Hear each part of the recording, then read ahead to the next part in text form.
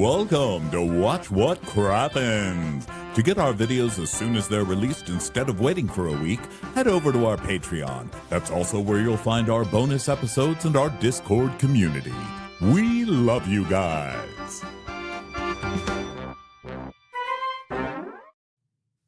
Hello and welcome to Watch What Crappens, a podcast about all that crap on Bravo that we just love to talk about. I'm Ben Mandelker, and joining me today is the irascible and hilarious Ronnie Karam. Hi, Ronnie. How's it going? The harassable. No, irascible. Not What's that mean? harassable. It's like irascible. It's like you're how do you describe it? Like irascible is like you're. Are you looking it up? I saw your computer flash on. I am looking it up now because now I'm afraid, put on the spot, that I'm gonna give the wrong definition. Having or showing a tendency to be easily angered. But it's like usually usually in a funny context. Like I've had it, you know. Okay, I see where we're irascible at is like usually a fun. You made it sound so lovely. Then you're like, okay, let me look up the definition. Better than angry harassable. Bitch. That's what it means. this angry gay bitch, Ronnie Karam, everybody. No, you know, like they usually will say it for certain comedians. It's correct, though. Like the irascible, like George Carlin. I'm kicking a true adjective out of bed. I love a true adjective. Well, hi, everybody. Hi, Ben. How you doing today? Hi. We're both kind of in earth tony, flesh-colored tones. Are you in gray or like a cream? I can't tell. I'm gray, but what you can't see is I'm also in a Wawa t-shirt. Oh, hell yes. Some of the best TikTok fights happen in a Wawa, babe. I love watching a Wawa fight. Well, we're going to go from the Wawa to the Med because it's Below Deck Med Day. Before we get into that, thanks to everyone who came to Crappy Hour last night. It was a real fun one, as usual. So thanks to everyone who tuned in. We do that every other week. So join us. And then we alternate that with Amazon Live, which will be coming up next week. Always doing something live on Mondays. We're also really excited. Yeah. Next week is BravoCon, and we're going to have a meetup. So come meet up with us. Do we have a location? Sure don't. Do we have an idea? Sure don't. If anyone has a location in Vegas on the Strip you want to give us for a meetup, we're in. Let's do it. We've been trying to set something up, and we have a team that is trying to get stuff going, but guess what? It's not easy. So we might just be meeting outside of a hotel and being like, "Hey, party in the parking Grand lot. Lux Hotel, Grand Lux Cafe, everyone." Who knows where it's going to be? It's a typical Crappens event for sure. Yeah. Like tentatively, we are aiming for Saturday at 10 o'clock, but that's subject to change. It may go to Friday, but right now we're aiming for Saturday at 10. So mark your BravoCon calendars. Yeah, we'll announce it on Instagram or something. So just check our socials. Welcome to the show, everybody. Oh, also Sunday night, guess what? They're switching it up on Bravo. They are going to have Potomac, but they are also going to show the last episode of Wife Swap. So it's going to be a little bit different schedule this coming week. So everybody be prepared. Don't miss Wife Swap. It's the Wendy episode. It's so funny because, Wife Swap premieres and the Wendy's news breaks. They have to push the premiere because, the idea that the sensibility is like, oh, well, it's sort of in poor taste to air this Wendy episode, which was supposed to be the premiere. It's a little bit in poor taste to just exploit this situation. She just got arrested. It's like, wow, Bravo is going to be a little respectful. Hey, guess what? Now we're going to put it right after Potomac so that way everyone who watches Potomac can see Wendy's death. I'm like, like they're totally exploiting it, totally getting as much Wendy mileage as they can by putting it right after Potomac. Well, yeah. I mean, they should have done it the first week. Now it's not the time to get moralistic, Bravo. You haven't done it yet. Why start now? Okay, get out of here. Show it to me when I need it. I need it in my veins that week. Well, tonight will be the one that I think we're all looking forward to the most. I mean, everyone who's having a viewing party to see the Emily Simpson wife swap. Okay, raise your hand. Raise your hand if you invited the neighborhood to gather around to watch Emily Simpson, because I know that's going to be exciting for everyone. I watched it already. Was it good? Yeah, the pig is the star. There's a pig in this one, and it's the star. And Emily's like, why is the pig always eating my purse? Because you carry sandwiches in there. Why do you think? It's one of those where you just... The pig's linking stores to social media. I've had it. It's talking bad. It's putting my family in a bad position. The pig is talking to people about my children. Yeah, it was pretty good. Okay, but today, guess what we're here for? Below Deck Mediterranean. Right. Dun, dun, Big day on Below dun. Deck Med. Big day, huge day. People get really upset because they don't have enough minerals on their plates. Dun, Oh my dun, God. dun. Mineral. So, Josh he's just stormed off the boat, which is funny because this episode is called The Tempest. Talk about a tempest in a teapot. More like a tempest on a boat. Then the tempest goes off the boat for a little bit, then comes back, and it's just a gentle cloud. So that's what Josh is doing. He's storming off. He's storming off because he's steaming mad about the vegan situation. Yeah, he's super mad about it. We all knew he was crazy when he was like, oh, I meditate, and I was at an ashram, and I love using human feces to grow vegetables. I was like, you're a serial killer. And he's a clown. And he's a clown that travels with clown makeup to do chef work. I mean, that's an insane person. Never trust him. And a thin mustache. He's got like a Simpsons. You know the guy on The Simpsons with a mustache? It's like a Simpsons, not Snurdly or whatever his name is. But the it's like one who looks like he's been to prison a lot. And he just has that real thin, barely filled in mustache. Never trust those people. Yeah. Oh, yeah. Yeah. He really should. He should just join a posse. A posse of insane clowns. What would they call that? Gosh. I don't know.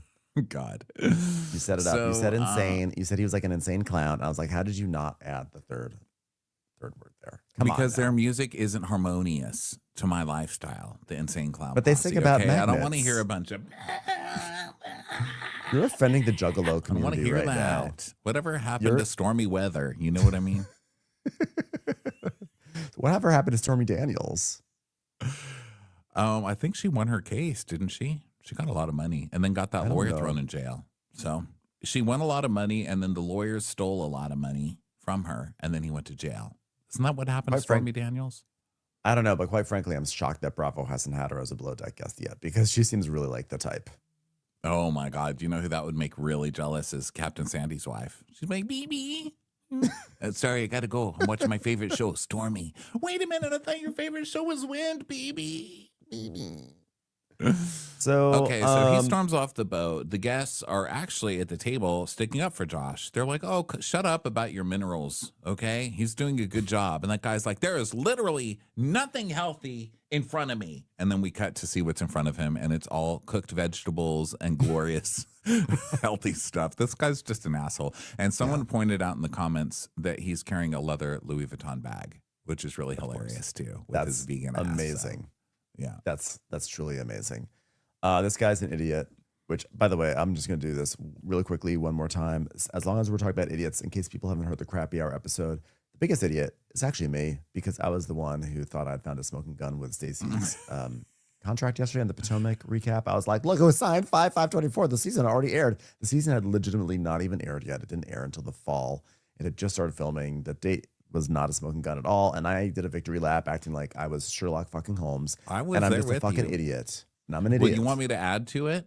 First of all, I was there with you. I'll take the blame for that too. We're dummies. But then the second thing was then they were talking about a stripper, like because Wendy was saying the only time she's been attracted to a woman was this bad stripper in DC with braces.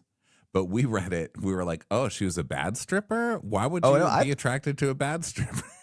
No, I in the comments meant like, you know that means good, right? One of the comments was like, do you think Michael Jackson was really singing I'm bad, like it was a confession? Like, I'm bad, you know it.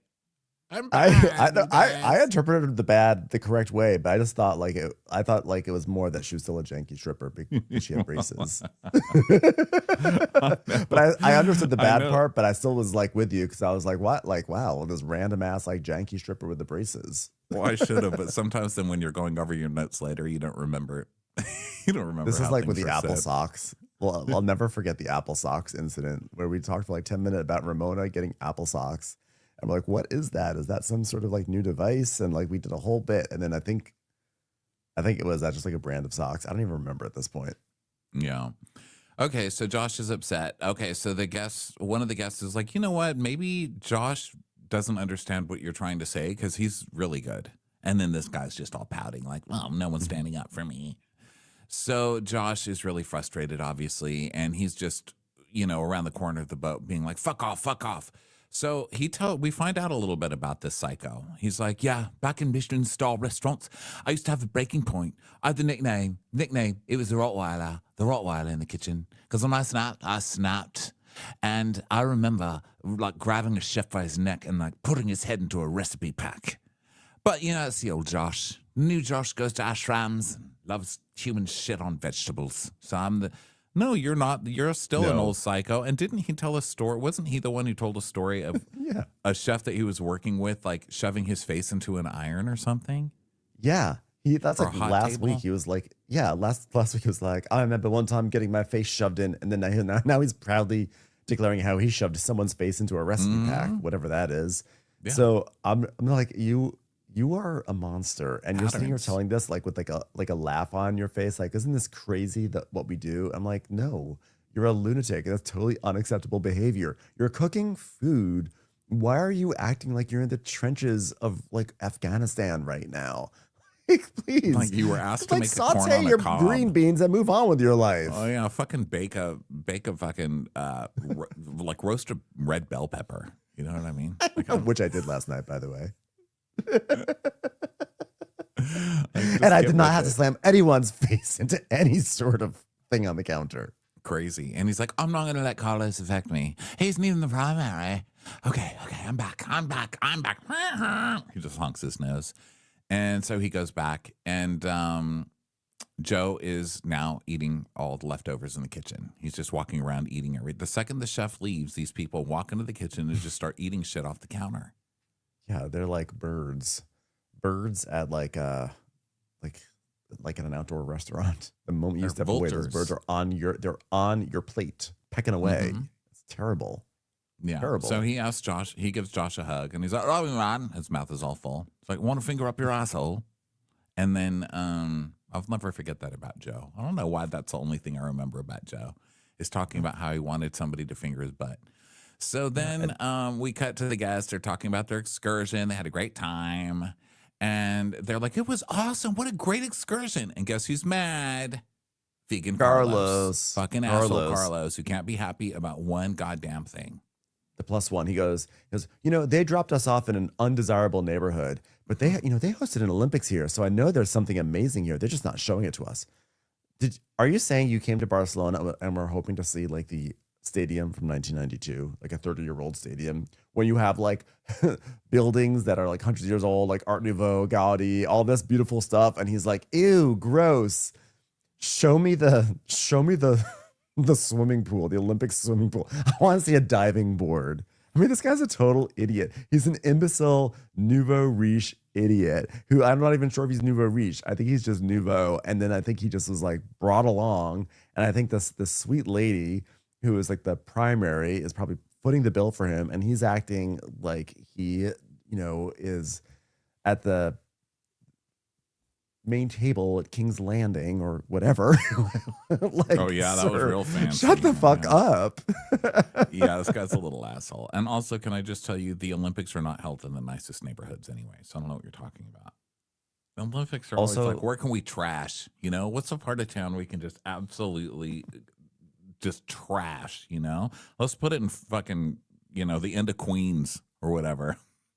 Like Forest but like Lawn also, or whatever, like the U.S. Open. End of Queens. Isn't that where they had it in New York? Flushing. Wasn't it out there? Flushing Meadows. Flushing. But also, we saw the excursion, and they literally were in the most scenic, beautiful section. They're just like walking around adorable streets, and he's like, "Ew, gross." I'm like, where are you? I'm like, what are you talking about? Is there a neighborhood where the buildings aren't so old? Oh, he's tacky. I'm actually embarrassed for Carlos because he's really trying to be fancy, and he just looks so tacky, And they're even the other guests are making fun of him now. They're like, "You're ridiculous." Like no one is co-signing it. And in fact, I actually think that these people are probably much nicer and more giving than they are being presented. But because he's such a bitch, production's like, let's lead with that these are all like angry, like picky people, and then Carlos is kind of like the most of that, because then in the end they actually wind up being like lovely, and They Like have the like a best very tippers of all it's time, probably. best tippers of all time. So I Yeah. kind of think that they were like more generous than they were presented, but that the story was that Carlos was being obnoxious, and like you can't have the story of them being generous and Carlos being obnoxious. Like it's more fun. Well, to he's have the him one just that be seems like awful. the asshole. I mean, they did have the couple ladies last time who went and ordered, they're like, what kind of food do we want? How about pizza, pasta, fish, elephant? Like they named 30 things. But they weren't mean. Like they seemed pretty nice. The They only one weren't who's mean. an asshole is Carlos. And we all know that person who is in our circle or our family who every time you go somewhere, they are just the asshole to the waiter. They're rude about everything, and everyone else has to just sit there because if you're like, stop being rude, then you look like you're not being on the team of your family member or whatever. And I Yeah. think that that's what everybody is victim to in this, like victim to Carlos's attitude, where it's like, okay, well, let's just be polite and let Carlos do his thing. It doesn't mean we're assholes, but when you're around an asshole and you let them be an asshole, you're kind of an asshole too. That's just how it Yeah. is. Oh, that's how it is. Whoa, get your apple socks. So then, so now we're just like more eating, etc. And Aisha and V are talking about the schedule, and V is gonna be on breakfast, but V's gonna be is still doing double duty, and everything. And we cut to a guest, and everyone's just basically like, I'm going to bed. Everyone's depressed by the meal, or at least Carlos took it out of them, so they all go to bed. They can't enjoy And everything because fucking Carlos is there. So they're like, bye. yeah, he's like ruining everything. And then Joe and Kizzy are being flirty while they like help like clearing the table and stuff. And Joe's like, oh, Kizzy is like the next level of flirt. And she's like, the way that I act and the stuff that I say, I should not have a boyfriend. Oh, like God. you guys She's both so of you. annoying. With the lies you tell each other, it's to yourself. It's just like that's enough already. There's no crime in just wanting to fuck somebody on a boat. Just go fuck him and stop acting like you're in the middle of some rom-com, Kizzy. Yeah. Like, Jesus, you've dated the guy 2 months, okay? It's not, you're not in a real relationship. It's been 2 months. Fuck whoever you want. Be quiet. Mm-hmm. And then Joe's like, I think I've got a stronger relationship with my underwear than Kizzy's had with her boyfriend. It's like, okay, all right. I don't know if you have a good relationship with your underwear since it seems like you're always fucking people. So I think it's always coming off. Oh, wow. Putting that in the Trace Amiga show. He's entered that part of manhood where you start losing your hair and you're just getting everything you can, Yeah. Mm-hmm. right before it goes, And as a man who's lost his hair, I get it. You're like, oh my God, what's going to happen? I'm going to lose my hair. My penis is never going to work. No one's ever going to fuck me again. And then you lose your hair. And then you find people who have like Daddy Warbucks fetishes. And then, they're out there too. It's okay. But he doesn't have another bald person there telling him that. So he's just grabbing onto whatever lifeboats he sees, And every time he gets a boner, one little more follicle falls out and just drifts across the camera like the feather in Forrest Gump. It's just drifting away. Yeah. So Kizzy, Beautiful, of course, actually. guys, calls Tommy. Tommy, can you hear me? So she calls Tommy. He's like, hello. But he won't be home for 45 minutes. So she's going to have to wait. Guys, cannot wait to see what happens. Well, we ain't be able to wait. Well, it's the next morning. We'll never know how that 45 minutes went because now we skip all the way to 6 a.m. Josh is in the kitchen and he's muttering to himself, fucking Carlos, because he knows that Carlos is going to make his life hell again today. And Aisha is talking to him like, so what are you going to make this morning? And he's like, well, I'm going to throw a lot of things around for Carlos, just hitting preferences and things like that. And then Captain Sandy is looking outside and she goes, you know what? Let me tell you something, America. Let me give you what I see. Right now, it looks calm out there. Quiet as can be. Sort of like Norma's dating queue. Just, you can hear a pin drop. So I think we got to get off the dock. This is our only chance to give these clients the experience that they paid for. Gosh, guys, I look out there. It's just so calm. The water is like Norma's DMs. There's no one in them. Time to get out there and have a good time. So we see the credits rolling on her favorite show, Wind, on the screen. She's like, Wind is dying down. That was a great season. All right, let's get to it. So Nathan is bossing people around, and then V has to pull some lines, and V's like, oh my God, I really don't want to disappoint Nathan with this first time talking, but it's like my first shot of a trial on the deck team, and there's like no room for fuck up. Put my trauma to the side. Guys, I'm gonna throw a rope. Guess what, guys? she throws the rope and is she's good. She's doing a good job at rope things, etc. And so Joe's like, you did a good job. And she's like, I'm part of the deck team now. We did it, Joe. We did it. And Nathan's like, she's done absolutely fantastic. So then Max is like, oh, the Queen Victoria just arrived on the deck, and like you should have been already as long your latest, you know. He's already like an afterthought. Like no one cares about Max anymore. His storyline for the season is done. Now he's sad. Yeah. And Joe's like, well, what she's doing right now, if she carries on throughout the season with us, she's going to be the best deckhand anyone could ever ask for. So then we go to Aisha outside, and she's cheering for her. Everyone's like, oh my God, yes, me, you're doing it. And Sandy is looking at her through a pair of binoculars. She's like, oh my God, let me tell you what I see. Some pores, both figuratively and literally. Okay. Well, didn't need these binoculars after all. She's not that far away. Whoa. Hey, I didn't realize that Bravo changed the schedule of not just Wife Swap, but Wind. Apparently there's a whole other episode starting up right now. Oh my God. I got to clear my afternoon. A new episode of Wind is starting up. Would they split the season in two? What is this, Stranger Things? Is it supersized? Oh Looks my God. bumpy out there. Guys, bumpy. So Aisha's like, oh, she looks more natural doing deck work than stew work. What are we going to do? Set her free into the wild. So Max is talking to V about the pros and cons of being outside versus inside. And he's like, yeah, outside is so nice because it's like fucking adventure out here. The unknown. It can be a dolphin coming here or a boat.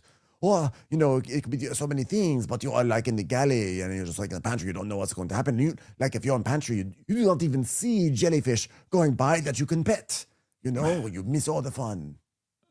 You don't even see the eye patches for free in the ocean. They call them jellyfish, huh? So then V's like, yeah, I love being outside because like outside's like amazing. Like I love outside, but it traumatizes me. He's like, oh. So then Aisha is calling Nathan, and she only needs V during breakfast and dinner, but he can have her the rest of the time. And she's saying, it's good to test V, and she's going to do great with just Kizzy. She's like, famous last words, am I right? So the crew's doing crew stuff. People are getting into their different uniforms. Josh is pulling a quiche out of the oven. Kizzy is ironing. The guests are still in bed, and finally people are waking up. And then Nathan asks if he wants to watch some Anchor stuff, and she's like, "Fuck yeah, I want to watch some Anchor stuff. I didn't come out to the deck to not watch the Anchors. Am I right? Am I right? Hey, is this a new show? Because I'm ready to watch some Anchors." Guys, let's get some toys in the water, okay? So now let's see. Just everyone's working, ironing, Toys. LaDonna's going on a jet ski. I've never seen someone enjoy a jet ski as much as LaDonna did. That was pretty cute. She did enjoy it. She had a great time. LaDonna, I feel like LaDonna's like great, and she's just buried under all the awful Carlos coverage in this. The jet ski's like puttering along. It's going like really so much like yeah, just screaming. So funny. V does a knot, and it's very exciting. She does a knot, and Joe doesn't even know how to do the knot. So it's like, whoa, V knows a knot. And V's like, I'm so good at tying knots because when Bon was my instructor and teaching me everything he knew about boats, this man was like, he was like cutthroat. He was like a veteran. He was deployed to Afghanistan, and he was not playing around. And she basically talks about how she learned knots from her ex. So yeah, she can do knots really well, guys. Yeah. So she's like, yeah, I can tie a knot in an ice storm with my eyes closed. Yeah. And I can like tie a bowline in an ice storm with my eyes closed. Yeah. Sounds useful next time you're sailing a yacht in an ice storm. So people finally wake up and going to get ready for breakfast. Aisha's telling them about like what breakfast is, etc. And then Carlos is like, yeah, I'm ready for that. Not eating nothing fake, just putting straight freshness in my body. That's what I want. And she's like, okay. They've served you nothing but fresh food. What are you talking about? He's acting like they've served him nothing but fruit roll-ups and Snickers bars. Sir. This is someone who became a vegan because it was trendy. This is someone who definitely saw it on TikTok and is like, I want to have like nothing fake in my body. I don't think this is someone who became a vegan for any ethical reason or for any dietary reason. I think this is someone who did it purely to be trendy and now is like really upset that they're trying to be like a vegan influencer somewhere. And now I think it's a all straight getting up ruined. control thing. It's people who don't have control in their lives and they feel like powerless. And so they come up with, and it's not just veganism, it's anything. It's like any kind of extreme dietary thing that they can put other people through shit. Because obviously there are vegans who do it for the right reasons, and there are people who are really gluten free, like they have to be gluten free because of celiac and stuff like that. And then there are people who are just like, they want to be that person at the restaurant who's like, was this prepared on a different counter than everything else? Because I need my own counter for this to be. And you're never going to convince me that those people don't exist. And he's one of them. You know, he's just like, oh, it's not good enough. I'm the only person here who's important enough for minerals, and I'm going to make a stink about it wherever the fuck I go. You know what? A wise person once said, I love control. And that wise person is the new Sky Rizzy jingle. That's what we learned last night at Crappens We learned Hour. about last night, yeah. He's basically a new Sky Rizzy jingle, which, by the way, will never be as good as the original one. Let's be honest. Control is And you now know what? everything. I would like to, if I was serving Carlos breakfast, I would say, Carlos, I have one piece of sage advice for you. And he'd be like, sage, that's not fresh. And I'd be like, it actually is. It's a plant. Don't smudge me. What I'll say to you is nothing is everything. Okay? Yeah. Okay, enjoy your Nothing breakfast. is everything. Enjoy your sage cashew cheese. There's a Reddit thread, and the Reddit thread says, Sky Rizzy, control is now everything. That's the headline. And then it says, first the song was nothing is everything. Now it's control is everything. So which is it?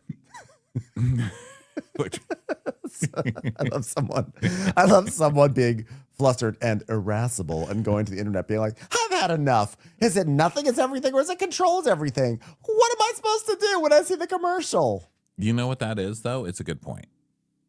It's a good point, and it's a good question. What the fuck are you trying to do, Sky Rizzy? Make up your mind. They're like, we don't have to. We have Crohn's. We can say whatever we want. What are you going to do? What are you going to do? Attack a person with Crohn's? Yes, your songs don't make sense.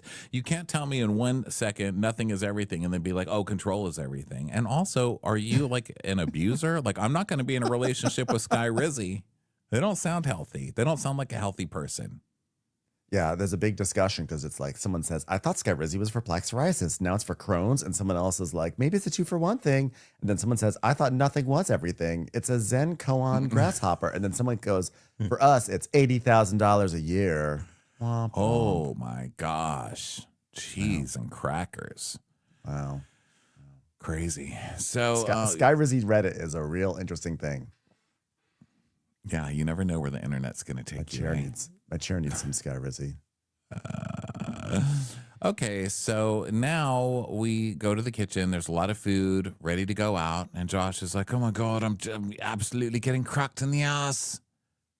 And now it's time for everybody to get up and go to breakfast. So we get soft apricots, guacamole, lobster quiche, beaten mango salad with pomegranate, and homemade hash browns. I love the quiche. Love a quiche. And then someone's like, so vegans, how are you liking your breakfast? Which And is then never Carlos, a good question to ask Carlos.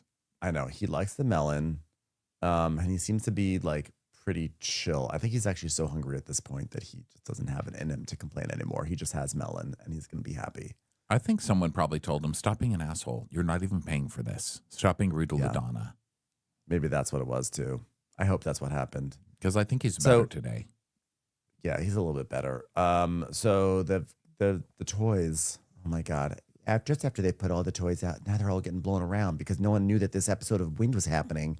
They changed the schedule, and now all the toys are out. We got all our toys out for a whole different. We were all ready for an episode of toys, and it turns out it's an episode of Wind happening, and now it's a real clusterfuck on the schedule.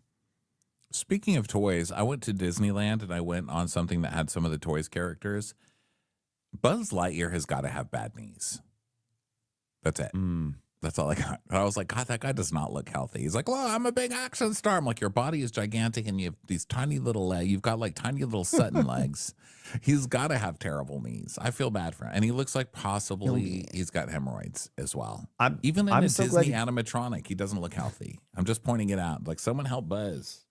I'm so glad you brought this up because it occurred to me that my favorite part of Sunday's Potomac episode, we didn't even mention in our recap, and I'm only remembering it right now, which is that when the women were at the Alexander Hamilton house, Wendy is like looking at a statue and she's like, oh yeah, well this is a one thing. It's because something said infinity. She goes, yeah, well, it's infinity and beyond, right? And Stacy puts her hand on Wendy's arm and goes, no, that's Buzz Lightyear.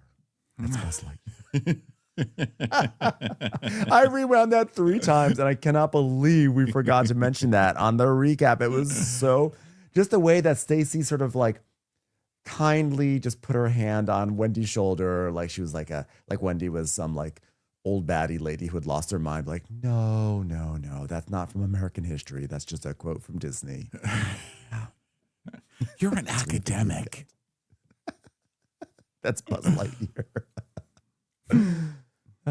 So Kizzy goes to V and she's like, wow, guess what? I taught Joe how to do a knot. Yeah, I can do like a bow line in my sleep. I learned it from Bo. Yeah, I learned it from him. He was in Afghanistan before the trauma. But yeah, he was really good. In that Afghanistan war, tying knots. He was so good. He got a Purple Heart for that. Yeah.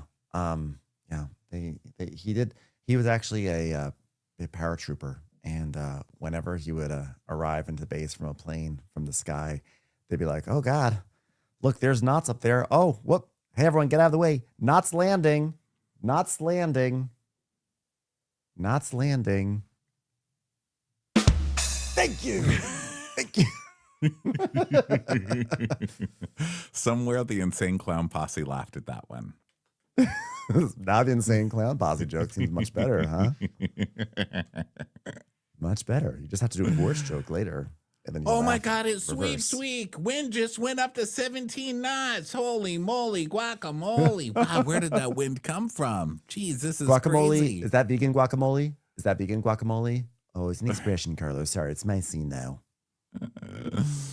Oh, guys, we got to get all the toys in, okay? I'm going to need Victoria. Get Victoria in here. She knows not. She learned him in Afghanistan. And he's just like, all right, no problem, Kizzy. Get out there, no lady. Yeah. We need to get that slide up before it rips. God, you know what? Some of these days, I really regret putting out all the toys for no reason at every moment of the day. Jesus. I know. All right. Well, it's getting so windy here that we have to call her Victoria, not V, okay? Calm waters are for V. But stormy weather, that's Victoria. Get Victoria out here right now. So they start doing this, and it's like 28 knots. Holy crap. That's like a rom-com horror movie with Sandra Bullock. We're all going to die. Knots later. Well, she does have that. She does have that. What was the name of that movie she did with Ben Affleck that had a weather name in it? It was like Storm. When it storms, I don't know. Bird Brain was my favorite. What was that one called? Bird Box. Bird Box. Bird Brain. I love Bird Box. Forces of Nature. Forces of Nature was Ben Affleck and Sandra Bullock. So she is kind of like here with us right now because there's a force of nature and it's pulling the tender away. Oh no, the line to the tender just snapped. Wow. I probably should get mad at someone for tying a bad line on that tender, but it doesn't work with the overall storyline. So we'll ignore that part. God, Sandra Bullock is always with us. She's not even dead yet. And she's still always in my heart. I think of her every day. She's what Sandra Bullock's doing right now. She's with us when we're awake and she's with us while you were sleeping. Okay, all right, eyebrows. Peter Gallagher. That's the only thing I can think of with that movie is his eyebrows. Okay, so things are blowing. It's windy. White caps. Get the toys in. It's so dangerous. It's so dangerous. God, I love that banana until it comes time to win. That banana could be a missile to someone's head. Don't let the banana kill LaDonna. Hey. Is a painting crew coming here to fix this boat? Because all I see are white caps. Get the toys in here right now. Come on. What is this, the casting department for Below Deck? Because all I can see around here are white caps. What is this? Carl Radke's new teeth? Because all I can see are white caps. Now a rope is snapping, and it's mayhem out there. Everyone's dying. There are people dying. The vegan flies away into a tornado. He's gone. Then it brings him back. It's like, we don't want him. We've never sucked somebody into this tornado that complained about there not being enough minerals. Take him back. And it's fake Louis Vuitton too. The NBCU synergy with Wicked is really out of control. They're like, okay, here's what we're going to do. Let's have an activation on Below Deck Med. Can we get a tornado on Below Deck Med? I think that'd be really great. And then Cynthia Erivo can come out of the tornado and she could sing on the boat and then go back in and she could take a vegan with her, maybe. I don't know. What do you guys I've got an idea. Let's drop a boat on Hannah. Something has changed within me. It's the new schedule for Wind, actually. Yeah, that's what's changed. So it's mayhem out there. Everybody's dying. People are jumping overboard. Kathy Bates is just driving by in a little lifeboat. Like, I wish I could save them all, but I can't. Helen Hunt she's on a little speedboat. She's throwing Pepsi cans into the tornado. Ow!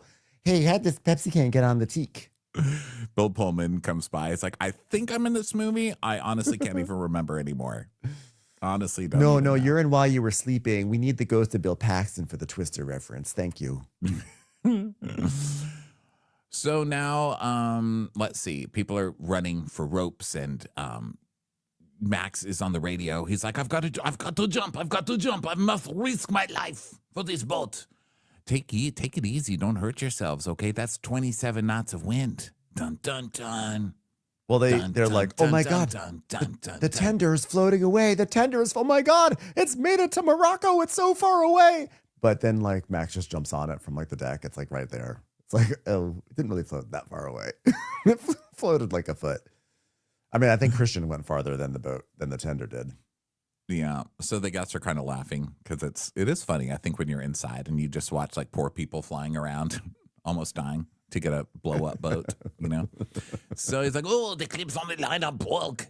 And one of the guests is like, yeah, you know what, you guys, you should have seen that. The guy saved it. He saved it. And Captain Sandy's like, well, that's Max, though. That's what he does. He's a saver of things. God. Yeah. Love that banana. Yeah, he's great. He's really Love great. that little Mediterranean. The Mediterranean is very unpredictable. Sometimes you order hummus and then you get olives instead. You never know what you're going to get at the Mediterranean. All right, we're going to head back. It can be dangerous out here. So they are going to head back. And then the guest is asking V if she's okay. She's like, yeah, it's a little rough, but I was born for this. I'm on the exterior. So a guest says the water's going to win. And then another guest goes, no, she's winning. That was impressive. And then someone else goes, yeah, she's winning now. And then someone else is like, who are we talking about? I don't know. But she's winning. The girl throwing a rope down as an anchor, or the girl throwing the iron down as an anchor. It's like, yeah, she's doing great. So now everybody's back on the boat. Everything's fine.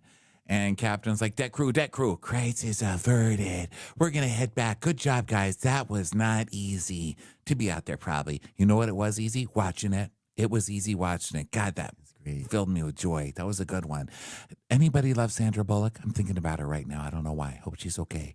Okay, you guys ever think that maybe Sandra Bullock will be Dorothy in the Wicked sequel? God, that would work so well.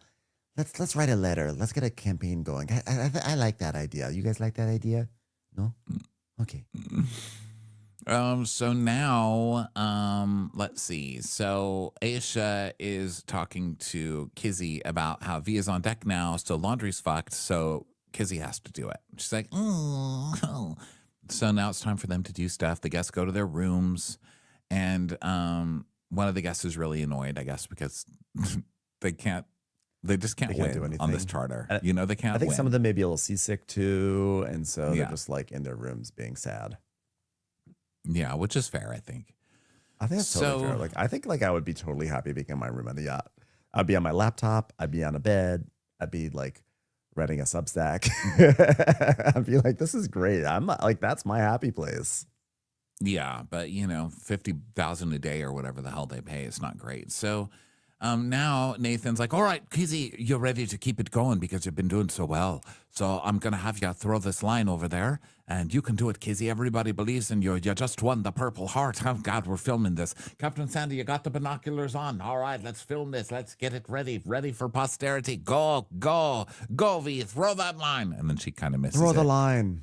Throw the line onto that Barcelona 1992 Olympic statue. You can do it. She does it. She does it, but she does it badly. So she's like so embarrassed. But whatever. She's like really good. And Nathan's really happy about it. And he's like, I'll take V any day.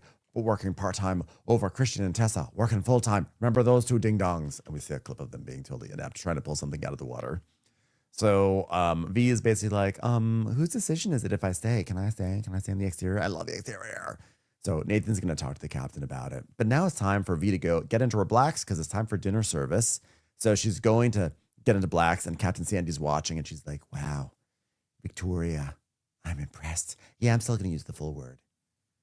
And she's just so good. So then the theme for tonight's dinner is high tea, and Kizzy is going to direct this, like do all the decorations and stuff. And she's like, so do you want it like Alice in Wonderland-y? That's not high tea. That's crazy tea. Not. That's crazy tea. And on top of and you're Kizzy, you're British. Also, I didn't pick up any sort of Alice in Wonderland theme from any of the guests. Like they just were. Also, by the way, why are you having high tea as your theme for dinner? That doesn't make any sense at all. Why don't you just have high tea? You literally can just have high tea. Yeah, I don't know. It's kind of weird. So then Joe and V eat together, and it's flirting time, everybody. So he's like, do you like the restaurant? It's got good ambience, hasn't it? She's like, yeah. We should light a candle and be romantic. I really like the way that the edges of your teeth touch every time you smile. He's like, you do? That's just the romance taking over dinner. Nathan walks by and is like, oh, look, romance is blooming. He's like, no, it's just a date. We're just talking over dinner. And Nathan's like, I know, it's just a date. So then Aisha's talking about dinner plans, and Josh is going to make 3 proteins, 3 salads, mushrooms, fries, and bread. So I don't know. I don't know if there's going to be enough minerals and healthy content in there for Carlos, but fingers crossed. I mean, look, just to go on Carlos's side for a second, because I'm a bitch like that. The guy said he doesn't want salads. So you're making 3 salads. And also you tried serving him mushrooms last time, and he said that wasn't vegetable-y enough for him. So you're serving him mushrooms again. So, and fries and bread, which aren't going to be considered healthy. So I don't know if he's going to get away with this. Also, isn't this supposed to be high tea? That's why I said, what sort of theme is high tea for dinner? And also, shouldn't it be afternoon tea? Because I learned that afternoon tea is the posh one. High tea is where like the workers just stop and have tea at a high table. Didn't we learn that last year in Britain somewhere? Like you actually want, if you want to be posh, you want to say afternoon tea. So this is all messed up. I wasn't paying attention. Here's what I thought of when we were having tea in Britain. This shit is so expensive. Tea is $20? Are you fucking kidding me? But it came with tiny finger sandwiches, Ronnie. Hello. But I will say, okay, no. I think that you make a good point about the salads and mushrooms. But I'm going to go the other way, which is that I think salad is a broad thing. I don't think a salad necessarily means it's a big lettuce, leafy salad. It could just be like garbanzo beans with like roasted cauliflower and all sorts of interesting stuff. So I don't know, but I am surprised that he went for mushrooms again. But also, what kind of vegan doesn't like mushrooms? I feel like mushrooms are just like, first of all, I love mushrooms, but I feel like if you're a vegan, you kind of have to then like adopt mushrooms into your life. I'm sorry, like you just have to. Right? Yeah. It's like there's such a big part of it. Well, I mean, you don't have to. Not everybody likes them. I love them. You know, they're very meaty. You can make them just taste so good. But you know what? I can't feed the man. So Aisha's worried about the charter. She's like, I can just tell they're not happy at all. Like, they're just hiding in their rooms right now. And so we see the guests who I guess don't know their mics are on. Chandra's like, are you feeling sorry for me? And he's like, no, I'm feeling sorry for we. Okay? Sucks for everybody. And Aisha's like, we have to do something to make them forget how terribly this has gone so far. So Aisha mentions to Kizzy that the guests want to have a group dance on the sky deck led by the yacht crew. So they're going to come up with a dance routine, which is like very standard with high tea, is that you do high tea and have a dance routine afterwards. So they're going to do that to lift the moods of everyone. So now Nathan and Joe, they're talking about V. Like, who's V into? Nathan's like, she's into you. And he's like, I mean, I'm fond of both of them, aren't I? Yeah, but you'll tackle both of them, won't you? And he's like, no, honestly, I just don't want to do that. That's disgusting. And I'm a good man now. I'm a good man. Pick one. I'm gonna pick one. Yeah. Oh, yeah. He's changed. Totally changed. Joe's not gonna do the whole thing. Joe says, honestly, he says, well, I know that the crew thinks I'm a little bit of a player. I do honestly believe that I'm a good guy, but I just always end up in mad situations. You know, I've unintentionally hurt people in the past, and so I've got to choose. But I don't know what I'm gonna do just yet. Like, okay, this little preamble is nice. This does not mean you're not a fuckboy. This is just the thing that you're saying to try to make us think you're not a fuckboy, but you're just a fuckboy, and you're gonna do the whole thing all over again, and you're going to burden everyone with inane conversations about like, so which one do I choose? I like them both. And in fact, he does it right now. He's like, honestly, V is a lovely girl, you know? Which I think when he says V is a lovely girl means that she's in second place to Kizzy, right? Because if Kizzy, his first place would always be like, oh, I just want to do something nasty to her. But V is a lovely girl means that I think that he thinks as V as second place. Yeah, I can't really tell with him. I think he's still like, which one is actually going to give me something and which one is just flirting with me. I think I think he's just willing to go really whatever store's open, he's going to walk into. He just wants to shop, you know? Yeah. So Nathan tells him that V's fella died last year. Oh, her fella died? Yeah, last year her fella died. That's so sad. I understand. I'm just going to see how it goes. It's me fucking first charter. So he is, I guess, he's like, oh shit, I can't like play with this girl's heart because she's probably still mourning, and that makes my job as a fuckboy much harder to do. So how do I go forward with this? Yeah. So Max had a good day, but we're still not paying much attention to Max. And then Carlos is complaining that he doesn't get to go in the water because he's never gone on this type of yacht and not been able to go in the water. So change the weather. Okay. Yeah. Okay. Change the weather. And then Josh is just cooking. Kizzy wants Joe to help her with Spanish dancing.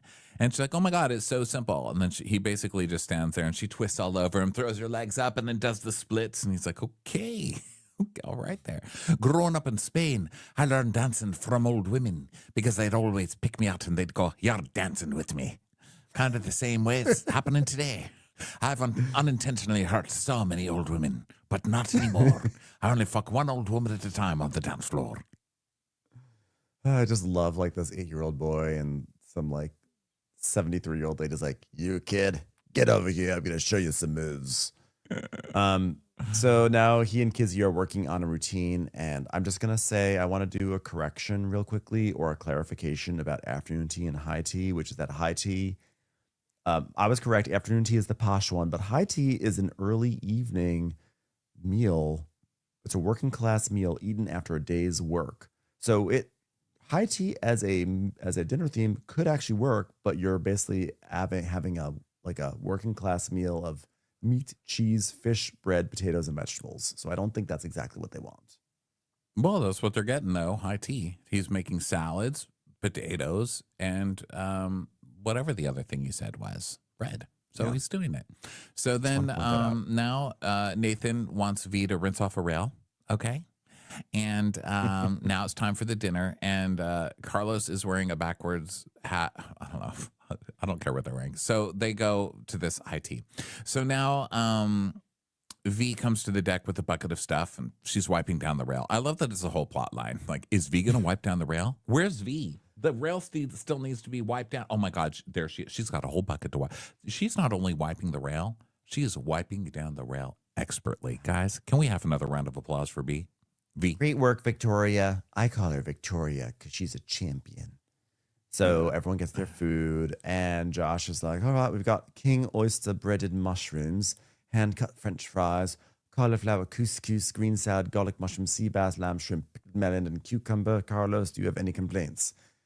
And Carlos he's like, I think maybe you're right. Maybe they told him to shut up because he's like clearly biting his tongue on this one.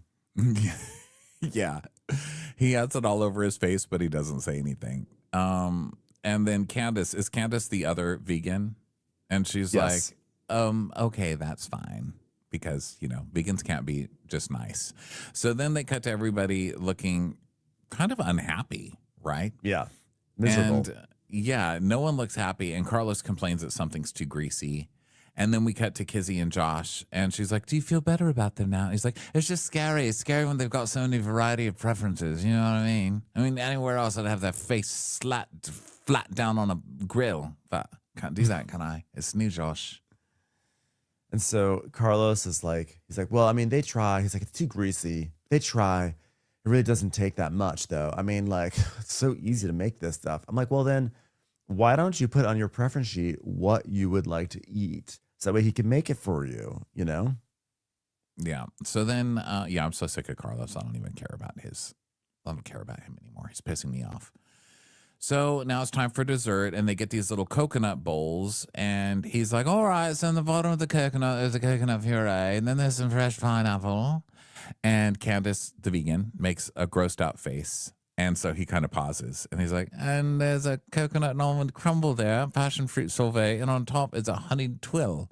And it's, I don't think honey is vegan, which is interesting. Some vegans are okay with it, some are not, but it's definitely, considering this guy Carlos, like how he is, I would have erred on the side of caution.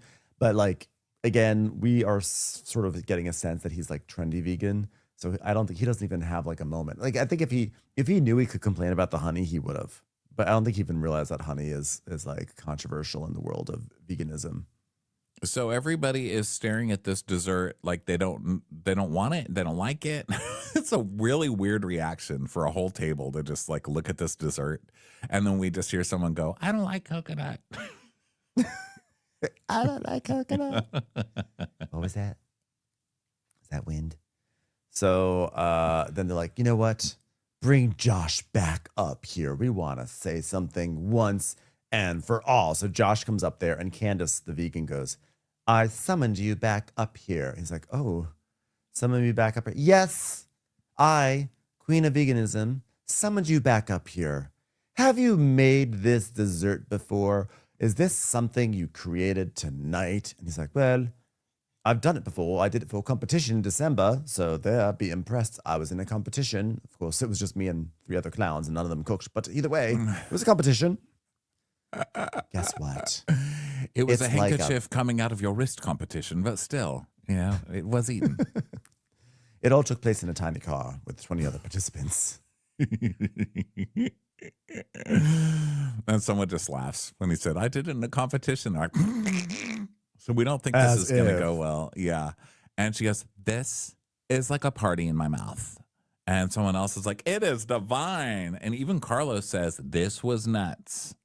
Okay. Yeah. And nuts aren't like, vegan, whoa. but I still liked it. Nuts are vegan, Carlos. Nuts are a vegetable, and we all know it. But vegetables are vegan. Shut off my ass. I'm a vegan. Nuts come from a nut cow, and they're not vegan. Okay. So Josh is like, yeah, well, okay, great. There's more passion fruit for you, and it's all happy, and the vegans are happy. And Josh is like, hold on. Is that a pig flying over there that actually liked it? I'm like, Josh, you're doing so well. Why did you mention the pigs? Okay. You should say broccoli. Is there a broccoli flying over there? But like not a pig. Come on. So Carlos loves it so much, he's going to eat the whole bowl of it. So, crazy things do happen. Yeah. So now Josh is excited, and H is like, say you won in the end, didn't you? And Candace is like, he listened. We have changed a chef into a vegan chef. Our work here is done. You're welcome, other vegans.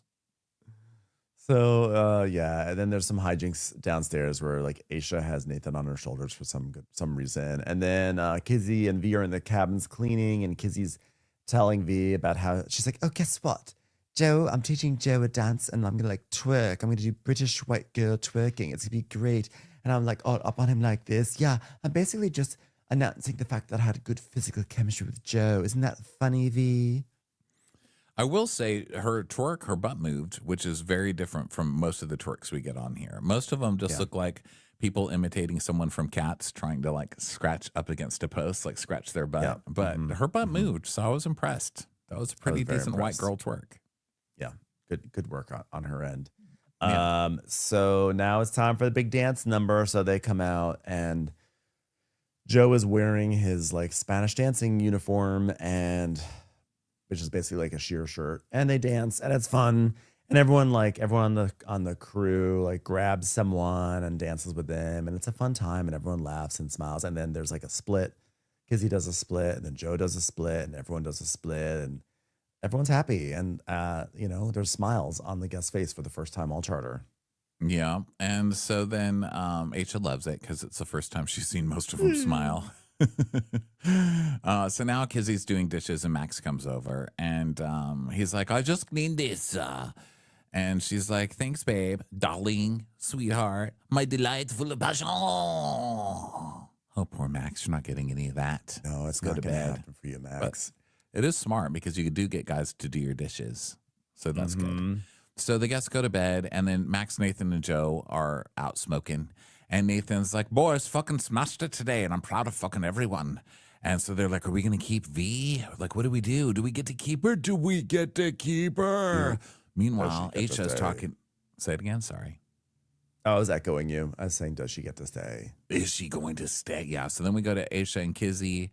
And Kizzy's like, something wasn't done in the cabins when we did turn downs earlier. And I've just been in a bad mood today. It's just, I've been more frustrated than I should be because the love of my life, Tommy, what should I do about it? Oh, gosh.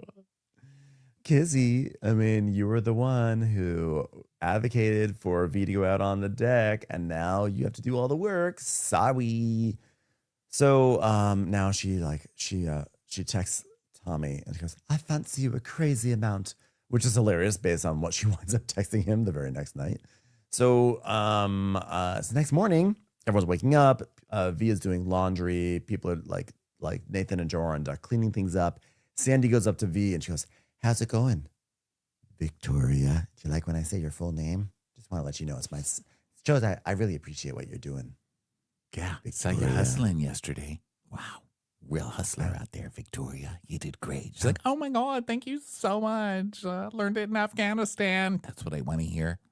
So then LaDonna calls for Aisha, and she's like, so when the beds were cleared off, there was a headband, and it belonged to my daughter, and my daughter's dead. So I need the headband. Yeah. And Aisha's like, oh my God. And so they cry. And then Aisha finds it under the covers. So it was sweet. It was like a very short storyline. It was like a beautiful little scene. Like Aisha, and I love that Aisha's like, and then she just like, for some reason, Kizzy or V decided to put a whole ass fitted sheet over like a garment, essentially. Oh, was it under the fitted sheet? It was under the fitted sheet, I think. Oh, I thought she just could be pulled back wrong. the blanket and was like, oh, here it is. It's in your sheets. Let me tell you something. I've been really messing shit up a lot on Crappens over the past few days, so don't trust me anymore. But I'm pretty sure it was under a fitted sheet. Either way, it was under something. It was in the bed. So they laugh and they hug, and it's like the best ending to a movie that we never watched. It's like, oh my God, this is so sweet. She spent this whole time searching for her daughter's headband, and she finally found it. It's like, no, I lost something. Oh, here it is. Oh my God. And then the camera pans over, and Sandra Bullock is standing in the door, her arms crossed, giving a proud smile. She does a nod, and then there's like this celestial light, and she gets brought up to heaven because she finally did the thing that lets her go to the next plane. No, don't kill Sandra Bullock. No, she was already dead. She was like, she had to like do this thing. She had like, this had to happen so that way Sandra could finally be accepted into heaven. No. Her character, it's not Sandra, it's just her character. No, I don't even want to see a Sandra Bullock character die. I love her. Okay, she doesn't go to heaven, but she smiles, and then she smiles, and then she like leaves to go out to another boat, and she doesn't have to even say goodbye to Aisha. Is George Clooney there? Is George Clooney there? George Clooney is on the tender to pick her up. Speaking of, hey there, when we were in New Orleans, you and I, we went to look at the Garden District. You know, we took a tour from those people who weren't real Well, they weren't like licensed tour people or whatever. They were Yeah. just people on the street. We So just went attached on ourselves onto that tour group, right?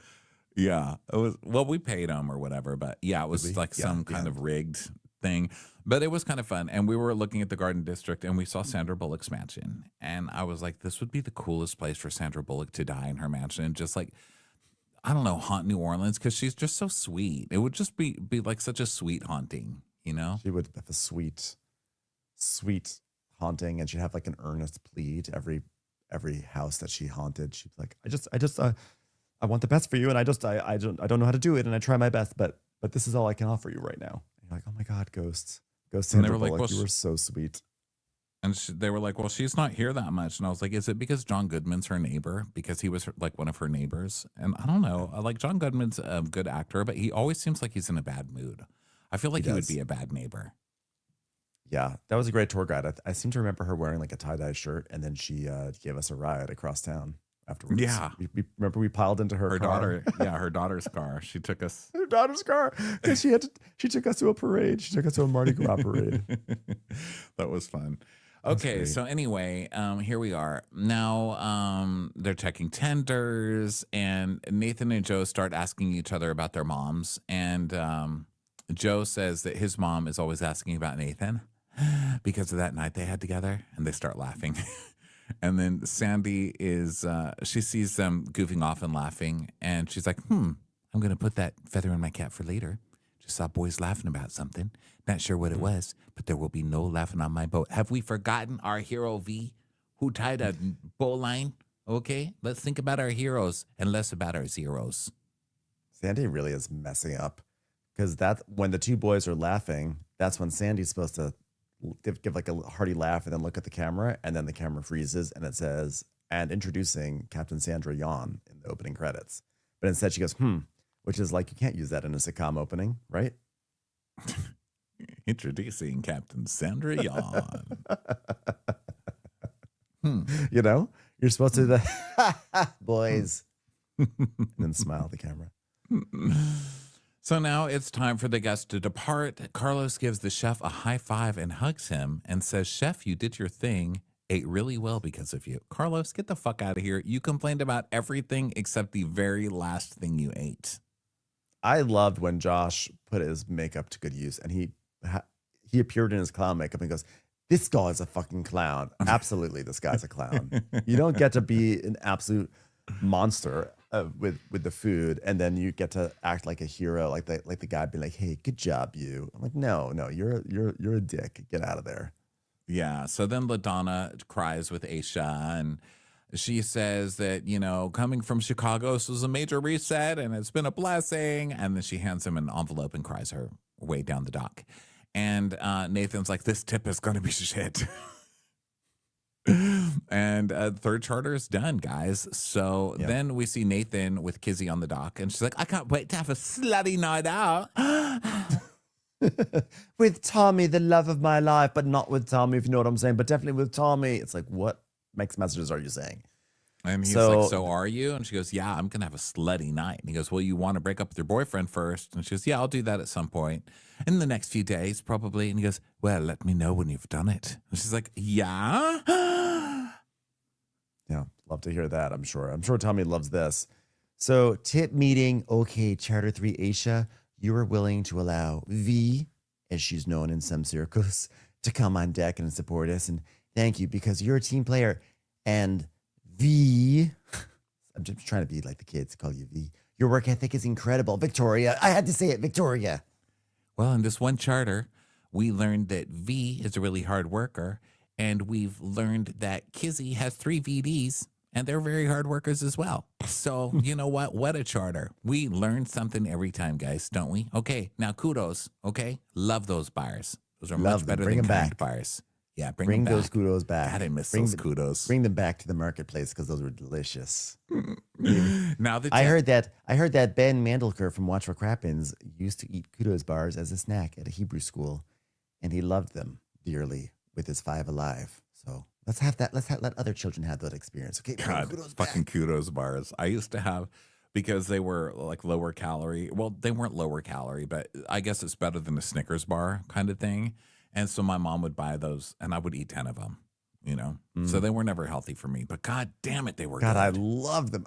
So it used to be, I would go to Hebrew school after like regular school, and there'd be snack time. And so my mom would always give me a granola bar with chocolate chips, like like Chewy brand, and like a juice box. And that was my snack. But then when Kudos bars came around, we switched up from the granola bar, simple granola bars, to Kudos. And it's like life was never the same until it wasn't, because Kudos went away. Why did we let them Kudos go died. away? We're Why still, did we not support Kudos? just The like Kudos true brand. religion, we're standing around waiting for the return of Kudos. So I just want the sad. rapture to happen so I can get Kudos back. The Kudos bar. A celestial light appears on a box of Kudos bars and it goes up to heaven. That's the rewrite. All right, guys. Now the tip. Now listen. Pants that cover your ankles make your ankles cold. Okay, that was a free tip for you. That was your tip. But now monetarily, success is about how much we pivot and rebound. Okay, so in this case, what I love is these charter guests actually left you. You ready to be sad? $40,000. You are winners. You are absolute winners. I was just kidding. The tip was really good, everybody. And everyone's like, oh my God. Which I couldn't believe either. And I do think this is the highest tip in history. I've never right? seen anything like this. Never. I was shocked. $40,000. And when you think about the gays last season who spent 5 days on this boat and gave like 20,000 or $10, or I mean, they really took the reins over from Dr. Contessa and Scott, who gave like 18,000. Like, this is literally twice as much. But at least Dr. Contessa and Scott had like a normal length one. But the gays, wow, that was just the worst thing ever. But yeah, 40,000, I did not see this happening. I was like, what? This is why I think that there was more than meets the eye. I mean, especially the fact that LaDonna was like in tears at the end of the charter. I was like, I feel like she probably had a whole experience that was lovely and full of bonding, and all sorts of stuff happened, and they just didn't even show it on camera. I feel like there had to be more. They just focused just on give the up negativity instead. Guys, $40,000, what kind of like- culture do we live under? I really do feel like if they were trying to be like, look, we complained about the food, we don't want to be awful, so like, let's give a good tip. I still think they would have left like 25 to 30, but 40, something had to have happened, right? I don't know, but it was good. So Joe's like, Sandra Jesus, Bullock did I show is up in the at the doorway right again. time? What? Sorry, Ben. Go ahead. Sandra Bullock's in the doorway again as Captain Sandy reads the tip, and she nods and walks out the room yet again. My work here is done. So they're all celebrating, and Josh is like, yeah, I've got to make lots of money with my big tip. Got to make lots of honeys with my big dick. I can't say that. Don't use that. It just rhymed with tip. Shouldn't really. And then Aisha's like, oh, it's the biggest tip I've ever had. It's going to take me a long time to come down from this high.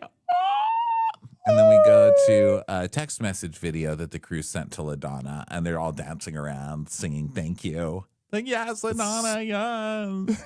It is actually really cute. They're like so happy, as they should be. So then, hey, okay, Nathan and Aisha, come to Win Central. Sorry, the episode's still playing a little bit. Okay, hey, you two, Aisha and Nathan. I just want to give you an update, okay? Norma still has not gone on a date. I know it's been 10 years, but we're hoping maybe this weekend things will change. Okay, and as I for don't you even two, like using the word update because it hurts Norma's feelings, No date. We just say- okay, I want to give you guys a no date. So we're even in the fields here. Oh, but you know what? So question, how is V doing on deck? How is she with the line handling? And are we open to calling her Victoria? Because I think that's really what we should be calling her on this show. Oh, she was fantastic. You could tell she was nervous, but I like that she was nervous because it shows that she cares. I love that. The boat does need 4 deckhands, so I'd like to keep Victoria on deck. That's what I'd like. Victoria on deck. Sounds good, doesn't it? Well, okay, well, that's fine. I mean, don't you both feel like she'd be great? I mean, think about it. V on the deck. It's like she's wearing a real V-deck t-shirt, except it's called a V-neck. But it's close, if you think about it. It's pretty close to a good joke there, right? Sure. Yeah. So V-neck is the capri pants of shirts. yeah, someday there a V-neck and a capri pant, they both go towards the center, but never the twain shall they meet, said someone once. My wife, Leah said that. I credit that to Sky Rizzy, personally.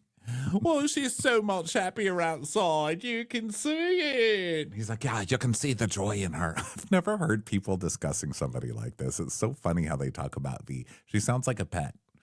We should start letting the puppy out more. He just loves it. He's out there in the field, jumping around. I'd love to have him inside for cuddles, but he's a nature beast. Let him nature. Let nature nature. Well, don't worry. I'm gonna get a new stewardess, okay? I'm gonna call her up here and we're gonna let her know together, okay? Let's bring her up here. V, come in here. You're not in trouble. We're officially shifting you to the dick team. She's like, oh my God, thank God, manual labor and mopping outside. Thank you. We did it, Joe. We did it, Joe. So it's like one of those jobs, they make it a big deal when you're the employee of the month. They're like, guess what? Your picture is going above the Slurpee machine this month. And you're like, oh my God, yes. So she's gonna be there, and now so Aisha's like, well, this is great, but if I don't get a great stewardess, I might be less supportive. Yeah, so V's like, from the bottom of my heart, I would just like to thank you for seeing something in me. You know, thank you guys so much. I'd like to thank my parents. I'd like to thank my boyfriend, R.I.P. Miss you. I'd like to thank God. I saw a beautiful cloud today shaped like a heart, and I felt it. And now look, believe in yourself. To all the children out there who don't believe they are worthy of holding a chamois, you can do this. Oh my goodness. So yeah, so V is gonna be on the deck, which is exciting. And so Nathan is excited and everyone's excited. And I mean, V is really excited. She's like hugging everyone. She's really crying and she's going through a lot. And so then she goes downstairs and she tells Kizzy and she's like, I'm dead and I'm on the outside. And Kizzy's like, well, I'm excited for, as long as I'm still the favorite on the interior, I don't mind. I'm like, you do know that another person's going to come in and she'll probably be better than you. And you have to do this all over again, right? So then Captain Sandy's got to text Norma. She's like, oh, hey, Norma, I no longer need a deckhand, but I'm now looking for a stewardess. So know of anybody available? She's like, oh, bloop. Wow, so you're still unable to keep a crew. That's good to hear. Still losing every day of your life, huh? I'll see what I can do, you stupid loser. Bloop.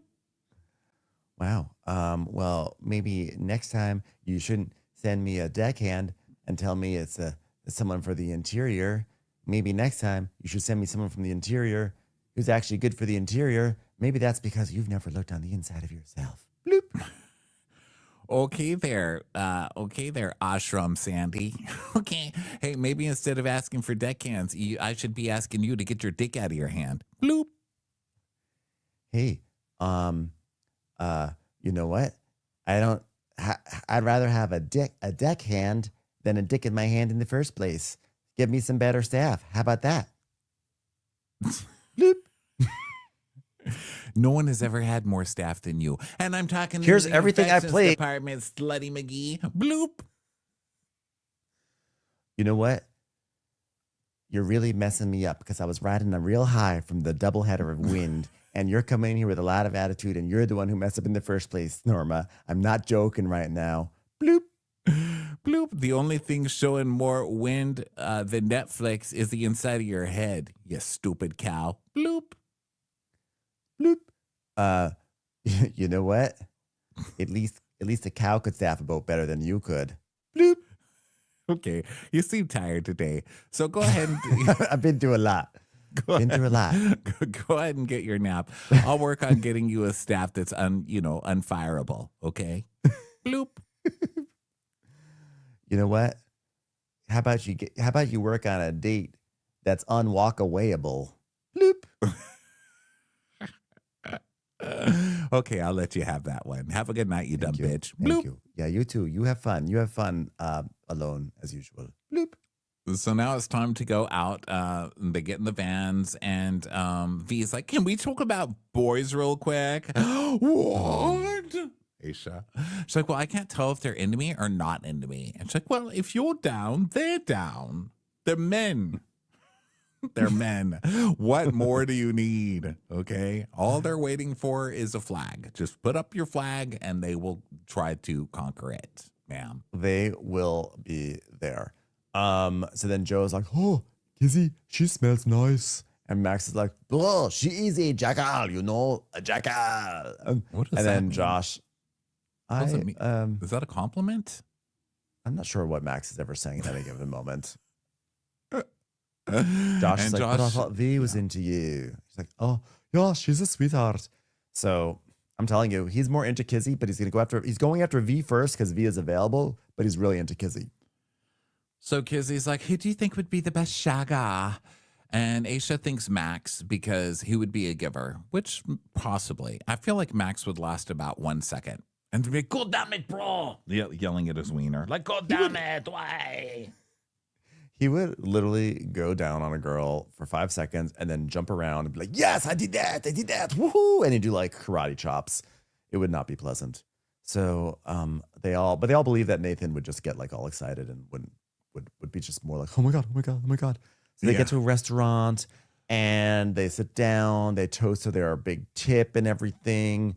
And Joe is speaking Spanish to the waitstaff, which is really cool. And Max asking how he learned. And we learned that his parents are still in Liverpool. And so last season, Joe just wanted to make his grandpa proud. This season, "I'm just saving up right now to the day to buy an apartment for me, mom. I just want to buy an apartment for me, mom, in Spain. Whatever comes, the rest is for me. But that's all I want is apartment for my mom and my mama's boy down at the bottom of it."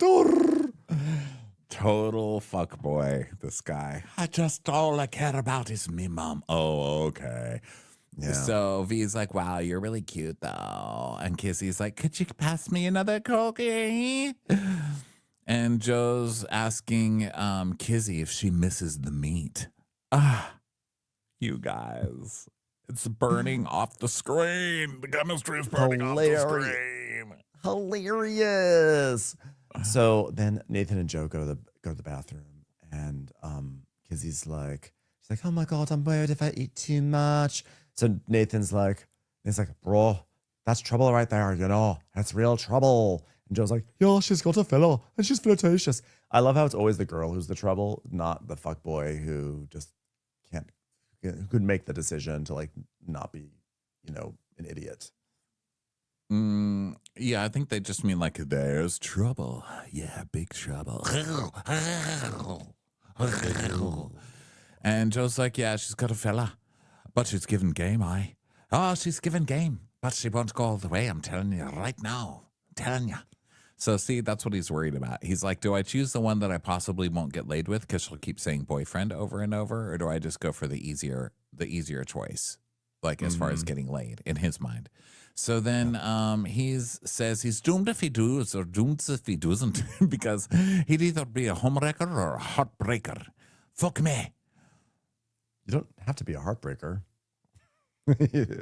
You could be you're doomed if you do and become a homewrecker.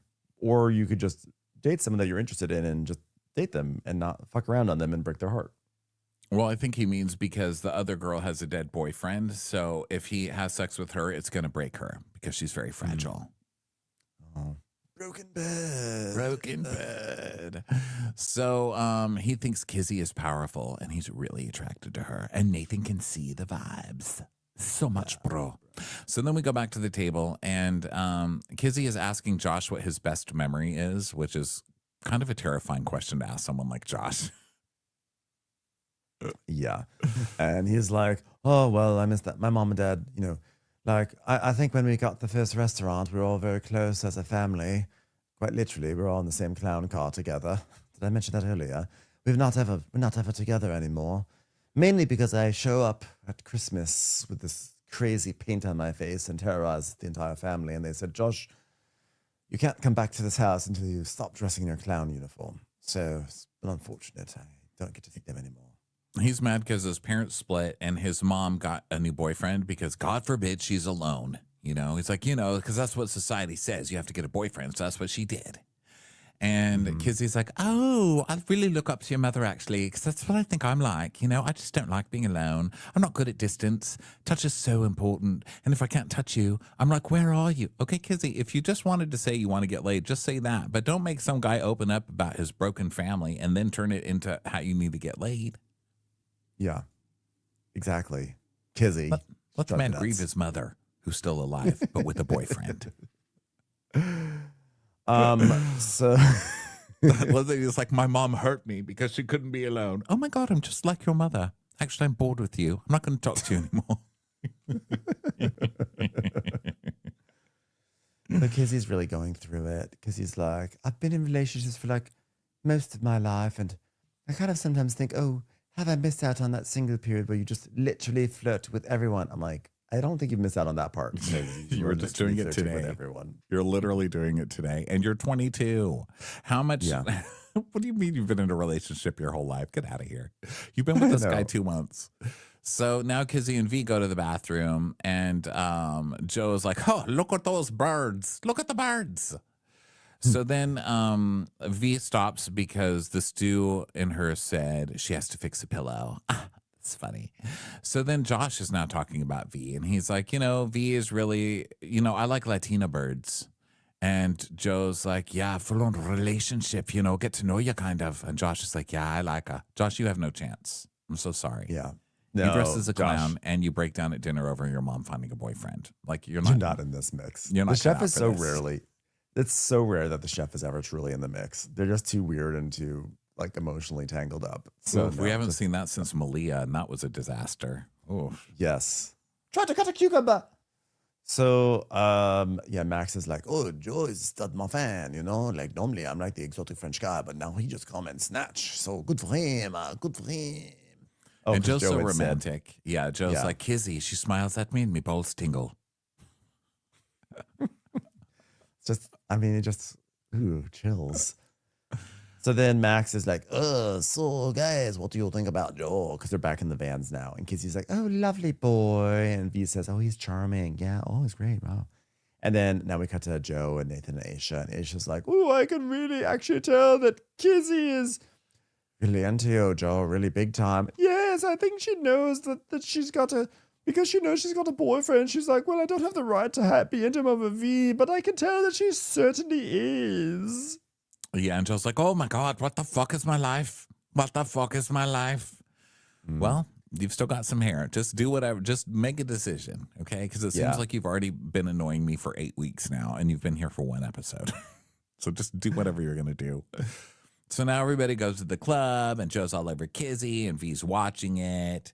And Josh and Aisha are doing a weird robot dance together, which is them. And now Nathan's talking to V, and he's so proud of her. And her work ethic reminds him of Gail, and she's going to be so great. And now we go to Kizzy and Joe having a conversation. And Joe's like, you know, you've got a boyfriend, so I don't know what to do with you, but you've got a smile in your eyes and my balls are tingled. So you know what you do. You know what you do, you bad girl. Oh God. So Joe and V, Joe's talking to V, and he's like, I want to have a serious conversation with you. And she's like, okay. Like, what's happened in the past about your boyfriend? I'm so sorry. Wow. Sure, she loves hearing that at the club when you're hitting on her. Like, that's God, nothing says spitting game like saying, hey, sorry your boyfriend died. Yeah. And she's like, I mean, it's fine. And he says, well, I don't want to like intrude on your personal space. And she's like, yeah, I wouldn't come here if I wasn't like ready. So take a seat. So he sits with her and they get all cuddly. And she's like, why would you bring it up now? And he's like, well, I'm bringing it up before anything goes further. Like, I don't want to be that guy that just comes in and then, you know, like, jerk off and then ciao. You know, I want to jerk off and then make sure you're not crying while I leave you, because that would make me look extra bad. It's like he's saying, oh, I was going to do this with you. I was going to come in, we'll have sex, and then I was going to leave you. But now that I know that your boyfriend's dead, I just want you to know that, like, I don't know if I can do that with you because that might be really hurtful to you. So I don't know if I could just like tell you my usual lies and then go for someone else on the boat. So if you're wondering why I'm not making a move on you, that's why. And she's like, I appreciate what Joe was saying. Like, one of the really hard things since Bond died is that like some guys are just like, I don't know what to do. Like, do you guys want me to hold? Do you want me to hold you? Like, do you want to cry? Like, do you want to leave the room? And they treat me like I'm fucking damaged.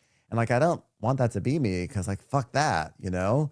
So then she then says to Joe along those lines, I was so heartbroken. I can't do that again. Not for a while. I'm like, She's okay, like, well, whatever. He's afraid to hurt me, but trauma builds character. Let's do this. I'm here for it. I'm not broken. So he's like, well, I can say that your hair straight is so fucking sexy. So now she sits on his lap and they're like, oh my God, yay. picks her up. Yeah. Then they head back in the vans, and then like at one point, like Joe and V get like really close, and she like grabs his cheeks like she's gonna kiss him, and she goes, do you wanna? She's like, if you wanna kiss me, it's not gonna be in the back of a van. Ah! And he's also telling her things in Spanish like, oh, you know, it's different. You know, with Kizzy, I like her, but it would just be for fun. But you have a soul and straight hair. Oh my God, straight hair. When all the time I thought it was only curly. Oh, I do like that, but I don't just like it. I love it. She's like, if you want to kiss me, it's not going to be in the back of a van, though. So it's gonna be in now, tight quarters on the bottom of a boat. yeah, meet me in the broom closet. So Joe They all go slides back to down the the boat. steps at the boat and with his feet on the rails, you know, and he's kind of walking down the railings. And now it's time for bed. And Joe and Nathan are talking. And Joe tells him about his talk with V. And he's like, oh, she's fucking naughty, mate. She's naughty. And then Kizzy comes in. She's like, what are you guys talking about? What are you guys talking about? They're like, nothing. And she's like, oh my God, they're so fucking stupid. I'm just so confused. I want my 20s to be like full of fun and adventure, no regrets. And I think the most important thing is I've got to be honest with Tom. But I just feel guilty because I really do like Tom. I really do. So now she has to FaceTime Tommy and lay down the law. Okay, Tommy. So I know this is shit, and I've done some thinking. I don't even know how to word it, but I don't want to have any reservations whilst I'm here. So what I'm trying to say is I'm on a television show with like really hot guys, and I really want to bang them, and it works two ways because then I get to bang a hot guy and I get to be on TV more, and I just don't know if I want to be stuck just FaceTiming you this whole time. I mean, look at your bangs. I mean, really. Like, it's just, I don't know. It's not very attractive. So I was kind of thinking maybe we break up, then we can get back together after the television show when it's back to like regular world. I don't know. What do you think? And he's like, I don't get it. She goes, yeah, but you know what I'm like, right, Tommy? You know, I'm loud and flirty and crazy and all these things. He's like, yeah, and I love that about you. She goes, but I want to kiss someone. He's like, wait, what the fuck just happened? What? She's like, well, I don't want to hurt your feelings. He's like, well, I can't tell you how upset I am right now, but I'm very, very upset. But you just told me how upset you are. Well, not how upset. I was extremely upset. Extremely. But I don't want to talk about it. You just And did, she's Tommy. He's like, well, okay, but then fine. Don't hold back. Maybe we just won't speak for 4 weeks. I don't know. I don't really know what to say, to be honest. I feel like you've sort of made up your mind. Oh, don't speak for 4 weeks? Okay, great. Bye. Bye, Tommy. Bye. It's like, no. That was supposed to be a threat. I know. Poor Tommy. You've already lost this one. I like when she goes, Tommy, I don't want to have your feelings be dependent on my actions. Oh, okay. Well, Tell me thank you've you. done this Good before consideration. without telling me you haven't done this before. So Yeah. she basically dumps him and then pretends to cry in her face. And she's like, I fucking hate boys. What are you talking about? Every boy's been nice to you, including Tommy. You just dumped the boy. You're the one creating the drama, not the boys. They've been Yeah. respectful of your boundaries. No, ma'am. Well, anyway, that's But I super think funny. what finally pushed her is that she saw that Joe picked Yeah, V, of course. right? And so she's He's like, not "Oh gonna have God, that. I'm running behind here." God, she wins everything. First, she's the favorite in the cleaning crew, and then she gets moved outside, and now she's getting the hot new guy. I'm breaking up with Tommy. That's it, Tommy. You're done. Bye, Tommy. Well, fun episode. I'm glad those vegans are gone. And we'll be back with more episodes later this week. Thanks, everyone, for being here. It's a fun time. Watch out for that wind and other scheduling changes. And we will catch you in the next episode of Crappens. Bye, everyone. Besides,